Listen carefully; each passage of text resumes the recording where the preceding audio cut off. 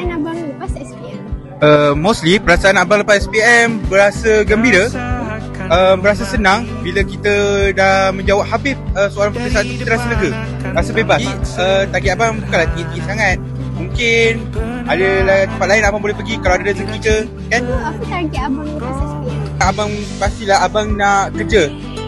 Dan abang nak ingatkan, kalau korang ada targetlah sebelum terlambat.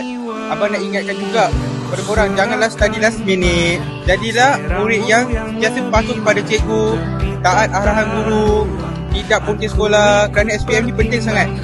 So korang kena mula dari sekarang. Mula lebih awal adalah persediaan yang lebih mantap untuk masa depan yang lebih cerah. Tapi abang doakan untuk adik-adik batch yang menerusnya akan jadi lebih baik daripada tahun ini. Amin, insyaAllah. Target apa lepas SPM? Target saya nak masuk ke IPG untuk menjadi cikgu. Saya pun sama. Saya nak sama belajar dekat IPG dan jadi cikgu.